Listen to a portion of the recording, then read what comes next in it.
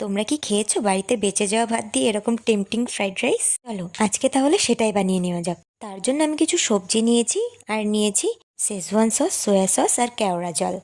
প্রথমে একটি কড়াইতে আমি তেল দিয়ে তেলটাকে গরম করে নিচ্ছি। তারপর একে একে এর মধ্যে সব সবজি যেমন আলু, গাজর, বিনস, ক্যাপসিকাম সব কিছু দিয়ে খুব ভালোভাবে ভাজা করে নিচ্ছি।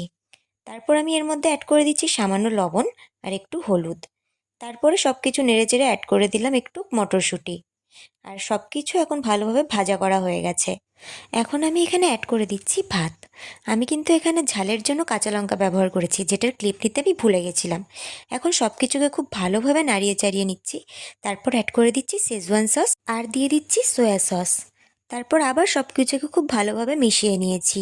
এখানে কিন্তু ফ্লেভার ভালো আনার জন্য আমি অ্যাড করে দিচ্ছি সামান্য ঘি আর একটু কেওড়া জল।